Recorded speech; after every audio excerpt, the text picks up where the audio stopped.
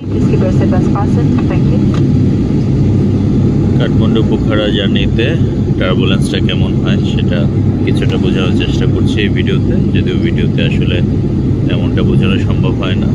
অনেকেই এই প্রশ্নটা করে থাকেন, কাঠমান্ডু পোখারা যে ছোট এয়ারক্রাফটগুলো রয়েছে এগুলো সাধারণত 60-70 সিটের হয়, তো এই এয়ারক্রাফটগুলো কেমন টার্বুলেন্সের সম্মুখীন হয়, কেমন শেক করে। সো আমার ব্যক্তিগত অভিজ্ঞতা থেকে যদি বলি, অনেক বেশি শেক করে এরকম নয় ব্যাপারটা, তবে কিছুটা তো শেকি সাধারণত যে কোনো ফ্লাইটেই হয়ে থাকে, ঠিক অতটুকুই হয়। এবং বোঝাই যাচ্ছে এটি এয়ারলাইন্সে আমি এখন আছি, এটার পাইলটরা যথেষ্ট এক্সপার্ট এবং ক্রাফটটাও অনেক ভালো, তো অনেক শেকিনেসটাকেও খুব স্মুথভাবে হ্যান্ডেল করা এবং মেনটেন করার চেষ্টা করছে। আমি ফিল করছি আর কি, কোনো রকম ভয় ফিল করছি না। তো যারা কাঠমান্ডু পোখারা কাঠমান্ডু প্লেনে আসা যাওয়া করতে ইচ্ছুক তারা আমাদের হেভেন ট্যুরিজমের মাধ্যমে এয়ার টিকিট বুক করতে পারবেন, ডোমেস্টিক এয়ার টিকিটটা।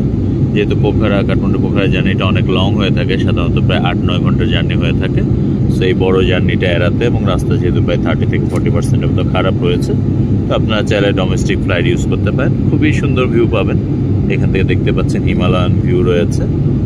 আমাদের বিমানটা আর কিছুক্ষণের মধ্যে ল্যান্ড করবে, আর 5-7 মিনিটের মধ্যে।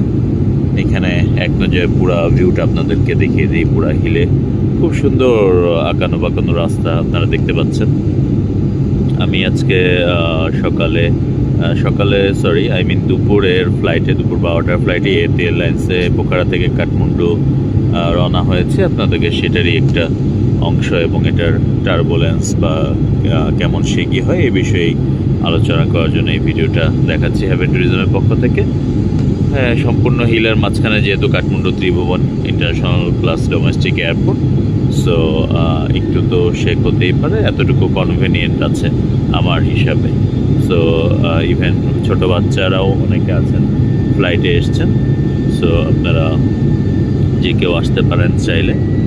আশা করি সপরিবারে ভ্রমণ করার উপযোগী কাঠমান্ডু পোখারার যে ডোমেস্টিক ফ্লাইটটা রয়েছে সেই ফ্লাইটটা।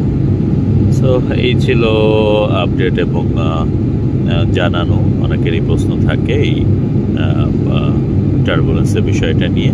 সো আশা করি এটা যথেষ্ট স্মুথভাবে হ্যান্ডেল করা হয়, যেহেতু রেগুলারলি ওনারা পাইলটরা ফ্লাই করে থাকেন, সো ওনারা যথেষ্ট অভিজ্ঞ এই রুটে কীভাবে আসলে মেনটেন করতে হয় তাদের এয়ারক্রাফটকে।